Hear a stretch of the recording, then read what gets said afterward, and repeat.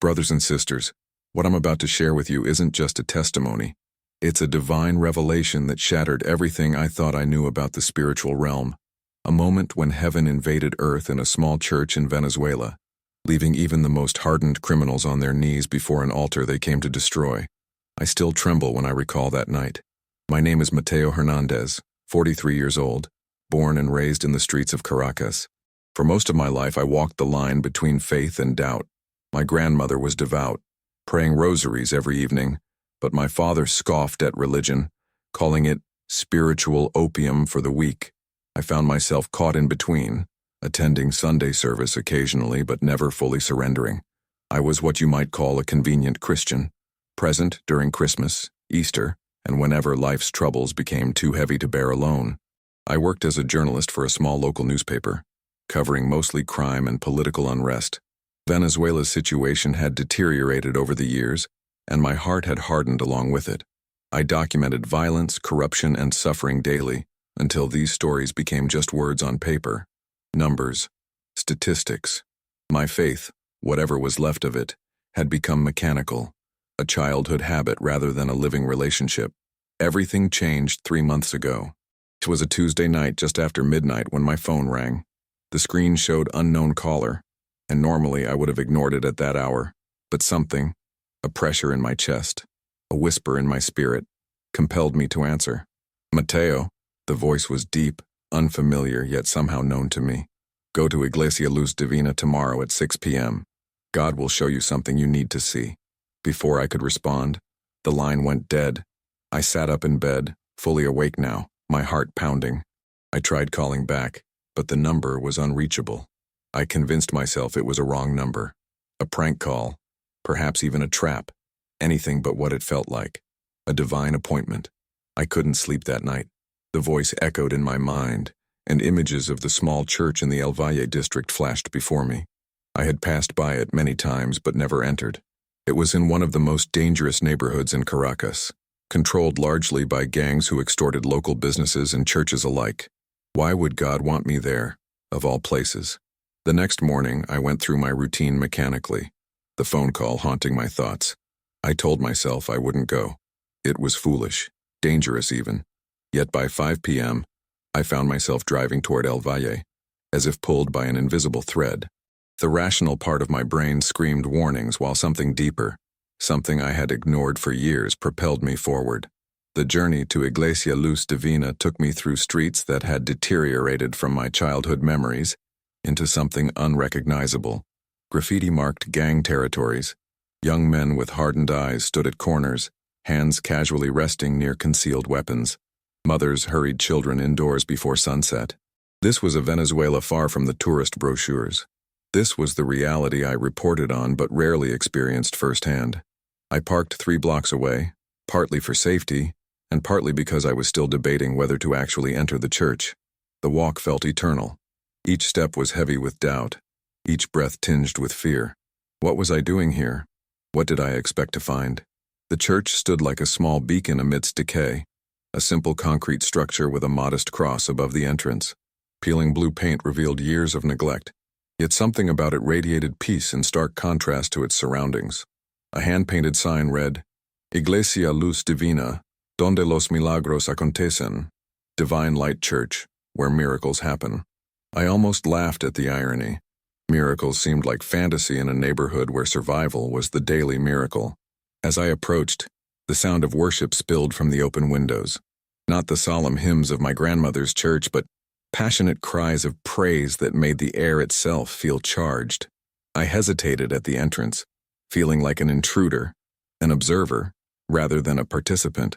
But then an elderly woman at the door smiled at me. God has been waiting for you, she said simply, as if she had expected me. A chill ran down my spine. I hadn't told anyone I was coming. The interior was humble yet vibrant with life. About 50 people packed the small space. Hands raised, faces streamed with tears, expressions of such genuine encounter that I felt instantly uncomfortable. A spectator to intimacy I didn't understand. Plastic chairs were arranged in rows before a simple wooden altar. No ornate decorations, no elaborate architecture, just raw faith filling every corner. I slipped into the back row, notebook instinctively in hand, the journalist in me still seeking to observe rather than experience. The pastor, a man perhaps in his 60s with salt and pepper hair and eyes that held both weariness and fire, was speaking about persecution. The enemy doesn't want us here. His voice carried strength despite his frail appearance. For 3 weeks now, we've received threats.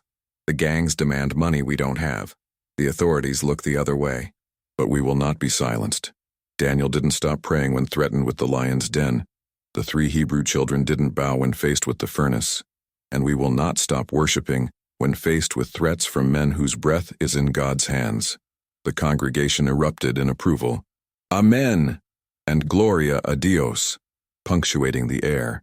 I documented his words mechanically, yet something about their conviction stirred embers I thought had long gone cold. A young mother beside me leaned over. They threatened to attack our service tonight. Police won't come to this neighborhood after dark. She spoke matter-of-factly, bouncing an infant on her knee. But we're still here. God is our protector. You brought your baby despite knowing this. I couldn't hide my shock. She smiled serenely.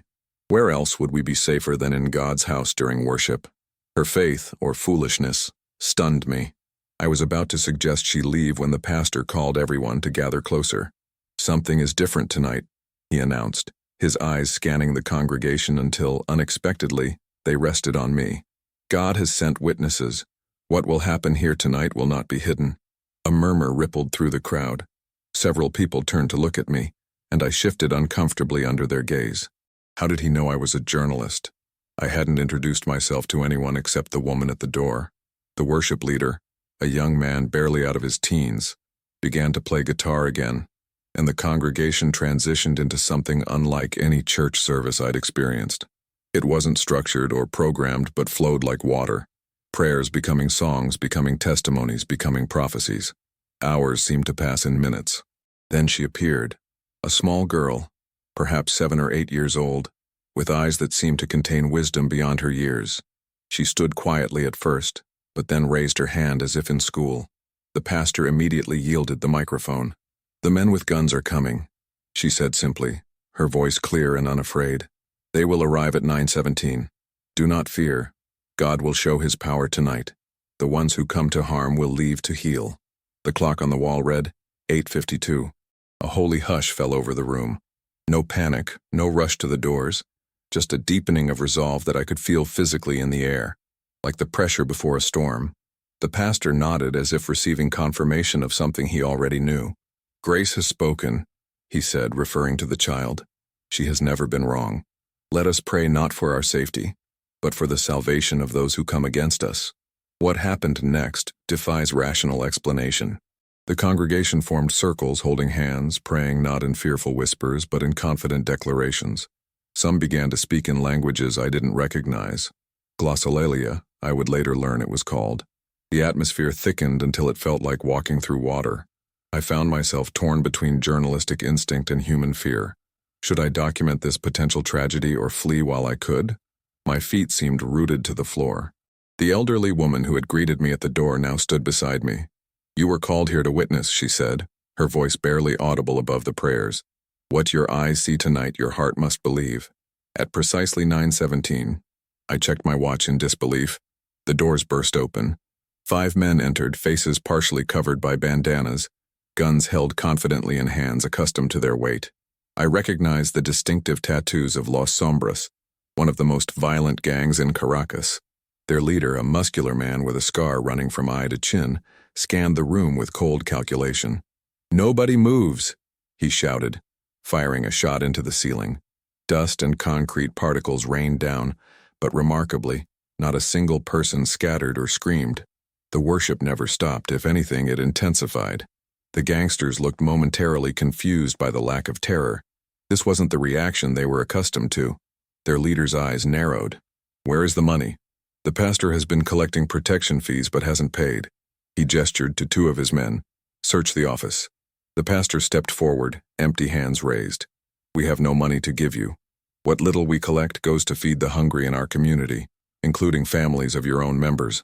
The leader's face contorted with rage.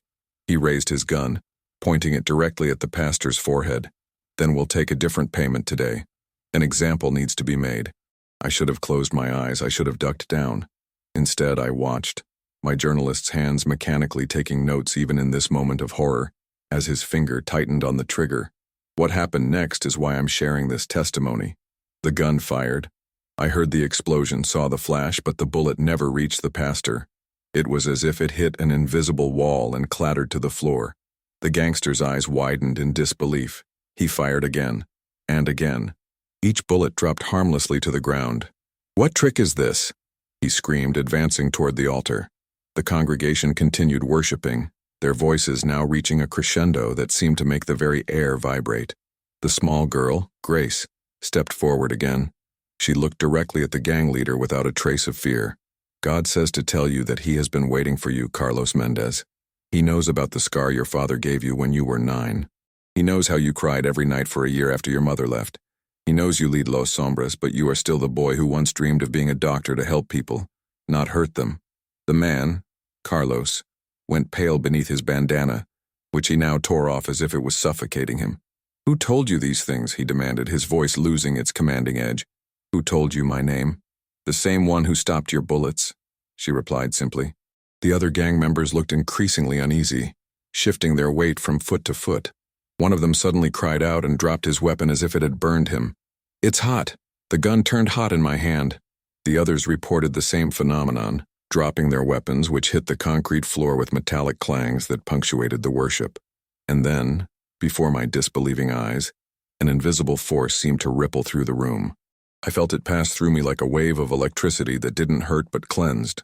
The gangsters staggered backward as if hit by a physical blast. Carlos, the leader, fell to his knees, then flat on his face before the simple wooden altar. His body began to shake with sobs that seemed torn from the depths of his being. One by one, his companions also fell, not in synchronized performance but in staggered moments of individual encounter. The pastor approached Carlos cautiously, then knelt beside him, placing a gentle hand on the shoulder of the man who moments ago had tried to kill him. "Son," I heard him say, "the God you came to mock has come to save." Carlos looked up, his face transformed by tears, vulnerability replacing bravado. "I've killed people," he confessed, his voice breaking. "I've destroyed lives. I forced my own cousin to join the gang last month. How can God want someone like me?" The pastor helped him to his feet and embraced him. Victim embracing perpetrator in a picture of grace I will never forget. "The greater the sin, the greater the testimony of his grace," the pastor said. "Your past made you a destroyer. God can make you a builder." What unfolded over the next 3 hours defies explanation. Each gang member experienced what they later described as being filled with liquid light. They confessed crimes, wept over victims, and begged forgiveness from the very community they had terrorized. Carlos revealed the locations of weapons caches and drug stockpiles. Another gang member pulled out his phone and called his estranged wife, reconciling on the spot. I documented everything. My journalist's training fighting with my spiritual awakening. This wasn't mass hysteria or emotional manipulation. I had seen enough of both in my career to recognize the difference. This was something transcendent, breaking into ordinary reality. By midnight, the small church had become crowded as word spread throughout the neighborhood. People came tentatively at first, then in streams, witnesses to the miracle unfolding. Former victims embraced former perpetrators. The 5 gang members were baptized in a small pool usually reserved for Sunday services, their gang tattoos still visible beneath the water that symbolized their cleansing. Carlos emerged from the water and immediately asked for the microphone. "Los Sombras is finished," he declared, water still streaming from his hair. "From tonight we will be known as Los Redimidos, the redeemed. Our territory is now God's territory. Our weapons will be surrendered. Our enemies will become our mission field." The implications were staggering. Los Sombras controlled not just El Valle but had connections to criminal networks throughout Caracas. The ripple effects would be felt far beyond this small church. As dawn approached, I finally stepped outside for air, my notebook filled with accounts that my editor would surely dismiss as religious fantasy. The neighborhood felt different. A tangible peace had settled where tension had reigned just hours before. The elderly woman who had first welcomed me appeared at my side. "Now do you understand why you were called here?" she asked gently. "I'm still processing what I saw," I admitted. "As a journalist, I'm trained to be skeptical." She smiled. "God didn't call a believer tonight. He called a witness with the skills to document and the platform to share. What will you do with what you've seen? That question has haunted me for the 3 months since that night. I initially wrote the article, expecting it to be relegated to the religious section of our small paper, if published at all. Instead, it ran as the front page headline. Other media outlets picked it up. Interviews followed, with the pastor, with Carlos, with other witnesses. The transformation of Los Sombras became national news. Crime rates in El Valle dropped by 60% in the first month. The surrendered weapons filled 3 police trucks. Former gang members enrolled in rehabilitation programs, education courses, and, yes, theological training. Carlos now assists at a medical clinic 3 days a week, steps toward the dream he had abandoned in childhood. The most remarkable aftermath was the effect on other gangs. 2 rival organizations in adjacent neighborhoods reached out to the pastor, curious about the power that had transformed their enemies. Within weeks, another dramatic service led to more conversions, more surrendered weapons, more transformed lives. Government officials who had ignored the neighborhood for years suddenly appeared, promising infrastructure improvements and police protection. International aid organizations that had deemed the area too dangerous began returning. A sense of hope spread through streets long shadowed by despair. As for me, the skeptical journalist, the convenient Christian, I have been undone and remade. I've visited Iglesia Luz Divina every week since that night. I've interviewed dozens of witnesses, cross-referenced accounts, and found no contradictions, no evidence of collusion or fabrication. I've watched hardened criminals become community servants. I've seen the tangible fruits of an intangible encounter. The little girl, Grace, approached me after service last Sunday. "You still have questions," she said, not as accusation but as observation. "I do," I admitted. "I saw what happened, but part of me still searches for rational explanations." She took my hand in her small one. "God doesn't mind your questions. He's more interested in your willingness to share what you've witnessed. Even if people don't believe it?" I asked. "Especially then," she smiled. "Seeds planted in doubt often grow the strongest faith, and so I share this testimony, not as final truth but as faithful witness. I offer no scientific explanations for bullets that drop harmlessly to the ground, for guns that become too hot to hold, for hardened criminals suddenly rendered prostrate by an invisible force. I simply report what I and dozens of others experienced. My life has changed direction since that night. I still write for the newspaper, but I've also started documenting similar testimonies throughout Venezuela and beyond. Evidence of divine intervention in the midst of human chaos. Stories that deserve to be told. What happened in that small church in El Valle continues to ripple outward. Last week, Carlos, former gang leader, now passionate evangelist, led a reconciliation service that brought together former rivals from 3 different gangs. They washed each other's feet where they once would have spilled each other's blood. I don't know what battles you're facing as you hear this testimony. Perhaps you live in a neighborhood controlled by violence.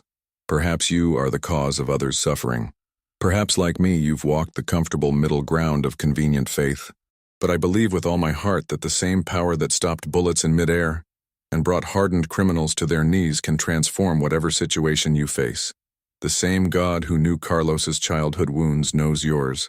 The same spirit that filled that humble church longs to fill your life. I'm no preacher, just a journalist who has seen the impossible and can no longer call himself a skeptic.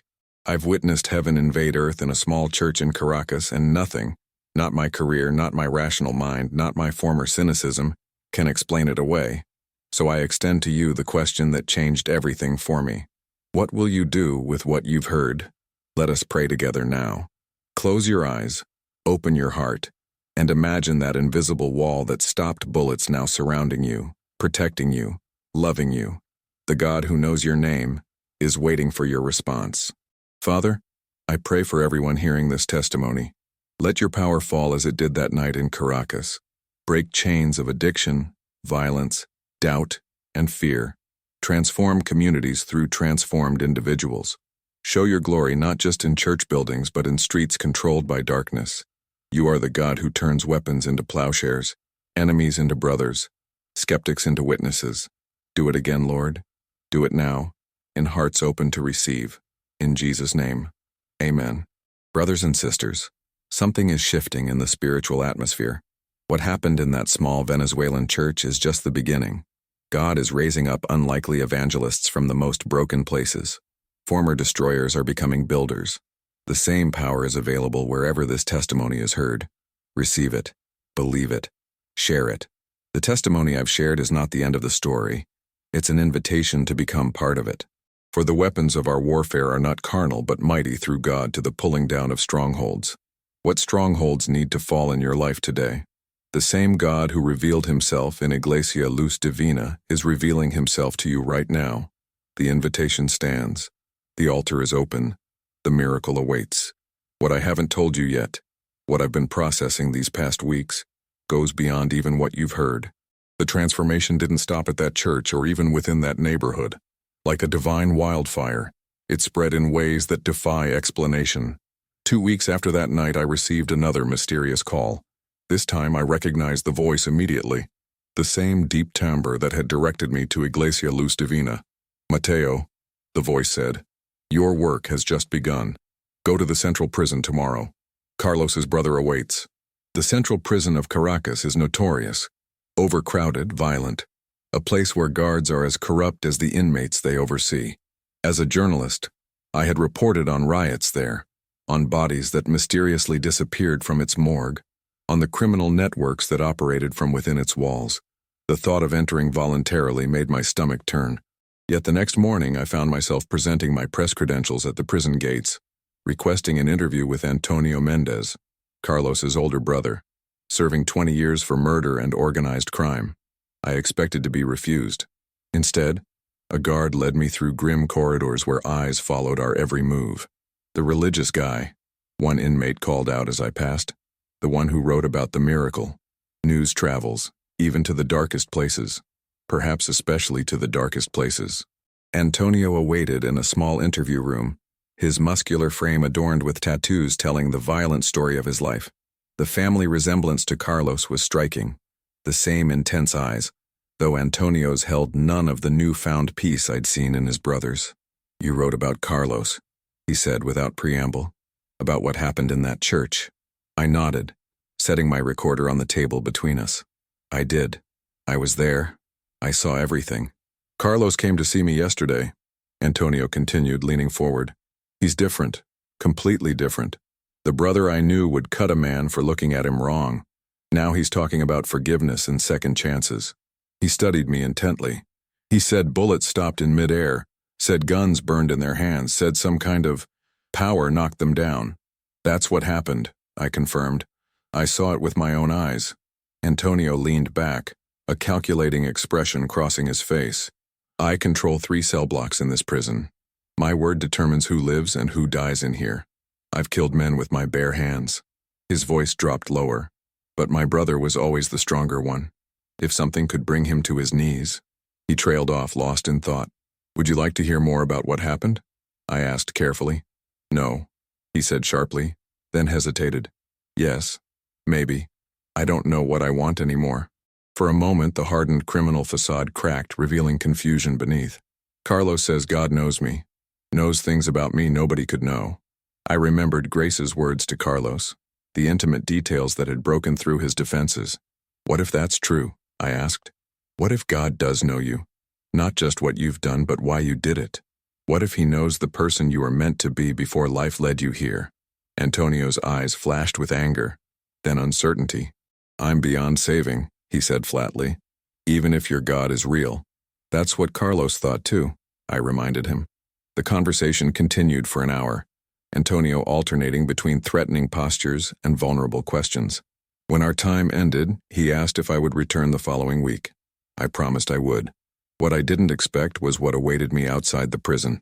5 men stood beside my car, former members of Los Sombras who had not been present at the church that night.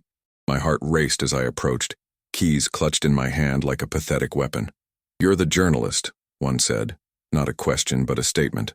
I nodded, calculating my chances of reaching the prison gate before they could catch me. "We want you to take us to that church," another said, "to meet this pastor, to see if what happened to our brothers could happen to us too." That evening, 6 former gang members sat in Iglesia Luz Divina, listening to the pastor with expressions ranging from skepticism to desperate hope. By midnight, all 6 were on their knees at the altar. No bullets were stopped that night, no guns miraculously heated, but the same presence filled the room, breaking hardened men with invisible gentleness. 1 week later, I returned to the prison to meet Antonio. He wasn't alone. Somehow, through means I dare not ask about, he had arranged for 12 other inmates to join our conversation, all high-ranking members of prison gangs. They sat in a circle, faces impassive but eyes hungry. "Tell them what you told me," Antonio instructed. "About the church, about Carlos, about the God who knows names and secrets." For 2 hours I shared every detail of that night, answering their questions, describing the transformation I'd witnessed. When I finished, a heavy silence filled the room. "I want that," one inmate finally said, a teardrop tattoo marking each year he'd spent behind bars. Not freedom from this prison, freedom from myself. What happened next could only be described as a jailhouse revival. Without a single religious leader present, just a journalist serving as unlikely witness, hardened criminals began to confess crimes, to weep over victims, to cry out to a God many had cursed for decades. Antonio fell to his knees on the concrete floor, massive body shaking with sobs. "I don't know how to pray," he gasped. "Just talk to him," I suggested, surprised by my own words. "He already knows everything anyway." 3 guards attracted by the commotion entered the room, hands on their weapons. They froze at the sight before them, violent offenders weeping like children, embracing one another, crying out to God. One guard, a younger man, slowly removed his cap. "I've worked here 7 years," he whispered. "I've never seen anything like this." By evening, word had spread throughout the prison. Inmates were requesting Bibles. Gang rivalries that had caused bloodshed for years were dissolving in waves of supernatural peace. Guards reported the quietest night in the prison's history. When I left that night, the prison director himself escorted me to my car. "I'm not a religious man," he said carefully, "but something has changed in there. These men," he struggled for words. "I've seen prison conversions before, usually temporary, usually for show. This is different." "How so?" I asked. "Antonio Mendez turned in 3 cell phones this afternoon, his connection to his criminal empire outside these walls. He's requesting to meet with families of his victims." The director shook his head in disbelief. "In 20 years working in corrections, I've never seen anyone willingly surrender that kind of power." Over the next month, I shuttled between the prison, the church, and my newspaper office, documenting a phenomenon that defied journalistic objectivity. The prison revival spread to 3 other detention centers through transferred inmates. Los Redimidos, Carlos's reformed gang, now operated as a rehabilitation outreach, entering territories controlled by other gangs, not with weapons, but with testimonies. I received calls from journalists in Colombia, Brazil, Mexico, places plagued by similar violence, seeking verification of the reports spreading across social media. "Is it true," they asked, "that former cartel members are laying down weapons after hearing about what happened in Caracas?" It was true. I verified accounts of drug lords in Medellin who sought out local pastors after hearing Carlos's testimony. A notorious gang in Rio de Janeiro reached out to Los Redimidos, requesting mediators to help broker peace with rivals. In Juarez, Mexico, a cartel leader walked into a church during Sunday service, laid his gun on the altar, and asked if the God of Caracas could free him from his blood-soaked life. 6 weeks after the night that changed everything, I received an invitation to a special service at Iglesia Luz Divina. I arrived to find the small building overflowing, with hundreds gathered outside listening through open windows and doors. Inside, the front rows were occupied by men with hard faces and harder histories, former gang members, some still bearing fresh wounds from the lives they'd left behind. The pastor welcomed me with a warm embrace. "Tonight," he whispered, "you will see the next chapter of what God began that night." The service opened with testimonies.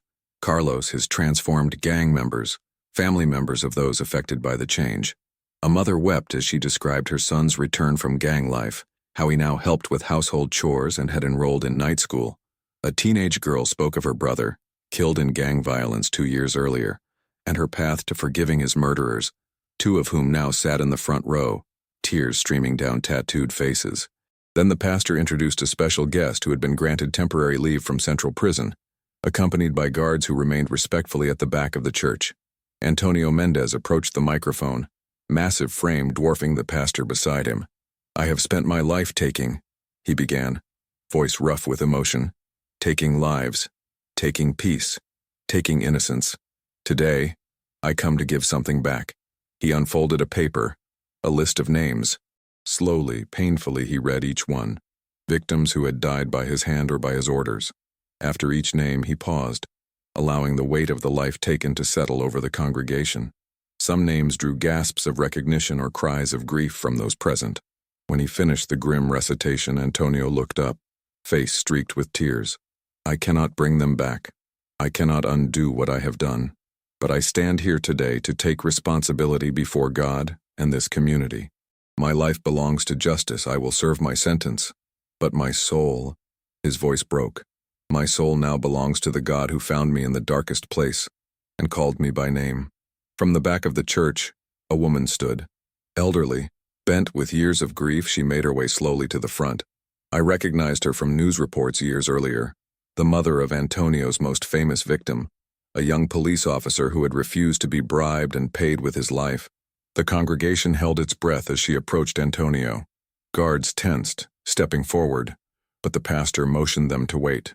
The woman stood before Antonio, her head barely reaching his chest. For a long moment, they looked at each other in silence, murderer and mother, perpetrator and bereaved. My son's name was Miguel, she said, voice clear despite her age. He was 26 when you ordered his death. He had a fiancée. They were to be married the next month. Antonio nodded, accepting the weight of her words. For 12 years I have prayed for this moment, she continued. Not for revenge, not for justice, but for this, to look in your eyes and find the courage to say what my son would want me to say. She reached up, weathered hands framing the face of her son's killer. I forgive you, Antonio Mendez. God forgive you. Miguel forgives you. And I release you to become the man God created you to be, not the monster life shaped you into. No camera could capture what happened in that moment, a transaction of grace so pure, so undeserved, that it could only be called divine. Antonio fell to his knees before her, and she held his head against her as he sobbed, her tears falling into his hair. There wasn't a dry eye in the building. Guards wept openly. Gang members embraced victims' families. The atmosphere grew thick with holy presence. The same presence that had stopped bullets weeks earlier, now breaking chains of hatred and vengeance that had bound generations. When Antonio returned to prison that night, he went not in handcuffs, but in peace, carrying a burden lifted rather than a sentence imposed. The guards who had escorted him requested transfers to the prison chaplain's program. The warden himself contacted me the next day, asking if I could connect him with the pastor. News outlets across Venezuela picked up the story. Government officials who had dismissed the initial reports as religious hysteria now requested meetings with the pastor and Carlos. Crime rates continued to drop as the movement spread from neighborhood to neighborhood. Former rivals embraced as brothers. Weapons surrendered by reformed gang members filled warehouses. International organizations took notice. A United Nations representative visited Iglesia Luz Divina, interviewing former gang members and documenting the transformation as a potential model for conflict zones worldwide. Criminologists debated the phenomenon on television panels. Sociologists launched studies to analyze the sudden drop in violence. Yet for all the external validation, the most profound changes occurred in individual hearts. I interviewed dozens of former gang members, each with a similar testimony. Something broke inside me. It was like being filled with light. I felt clean for the first time since childhood. Carlos established a rehabilitation center in the building that had once served as Los Sombras' headquarters. Young men who had once sold drugs now received job training. Rooms where victims had been tortured became counseling offices where emotional wounds were healed. The wall where rival gang members' names had been listed for assassination now displayed Bible verses written in reformed criminals' handwriting. 3 months after that first miraculous night, I stood with Carlos on the rooftop of this transformed building, overlooking the neighborhood. Lights twinkled below us, streets now safe enough for families to walk after dark. Sometimes I wake up thinking it was all a dream, Carlos confessed, the scar on his face catching the moonlight, that I'm still the monster I was before. But you're not, I reminded him. No, he agreed, a smile transforming his once fearsome features. I'm not. None of us are who we were. That's the real miracle. He pointed to a nearby hill where crosses had recently been erected, one for each person killed in gang violence over the past decade. Former gang members had built the memorial, engraving victims' names and planting flowers at the base of each cross. "We can't bring them back," Carlos said quietly, "but we can honor their memory by living differently, by breaking the cycle." I thought of my own transformation, from skeptical observer to passionate participant. I had entered that church 3 months ago as a journalist seeking a story. I remained a journalist, but now I was also part of the story. My life as changed as those I documented. The little girl, Grace, had approached me after service the previous Sunday, her wise eyes studying me intently.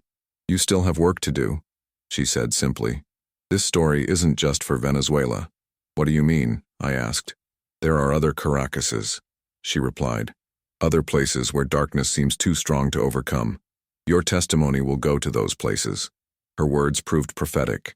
Within days, I received invitations to share what I'd witnessed, first in Colombia, then throughout Latin America, then beyond. My editor granted me leave to document similar transformations occurring wherever the testimony spread. My articles were translated into dozens of languages, reaching places I had never imagined. I've seen it now with my own eyes. The same miracle replicated in slums of Rio, in cartel-controlled territories of Mexico, in gang-ruled neighborhoods of Chicago and Los Angeles. Different cultures, different contexts, but the same power breaking through, the same impossible transformations occurring. I no longer question whether what I witnessed was real. I question only why I doubted for so long that such transformation was possible. The evidence surrounds me. In Antonio's ongoing prison ministry that has transformed Venezuela's penal system, in Carlos's rehabilitation center that now serves as a model for programs worldwide, in communities where children play freely on streets once ruled by violence. Yesterday, I revisited the small church where it all began. The building has been expanded now, walls extended to welcome the hundreds who gather each week. The bullet holes in the ceiling remain, preserved as testimony to what happened that night. The pastor greeted me warmly, his eyes still holding that peculiar mixture of weariness and fire. "Did you ever discover who called you that night?" he asked. "The voice on the phone that sent you here?" I shook my head. The number was untraceable. "Sometimes I think it might have been an angel," he suggested with a gentle smile. "Or perhaps the Spirit himself? Does it matter? Perhaps it doesn't. What matters is that I answered the call. What matters is that I witnessed heaven invade earth in a small church in Caracas. What matters is that the invasion continues, spreading from heart to heart, community to community, nation to nation. I write these words now not just as testimony but as invitation. The same power that transformed Carlos, Antonio, and countless others awaits you. The same God who stopped bullets and softened hardened hearts longs to work in your life, your family, your community. I've seen darkness that seemed impenetrable shattered by divine light. I've seen hatred dissolved by love. I've seen the impossible made possible when heaven touches earth. The question that changed everything for me now extends to you. What will you do with what you've heard? The supernatural is not confined to ancient texts or distant lands. It breaks into ordinary reality when hearts are open to receive it. I know because I've seen it. I know because I've lived it. The invitation stands. The altar is open. The miracle awaits you.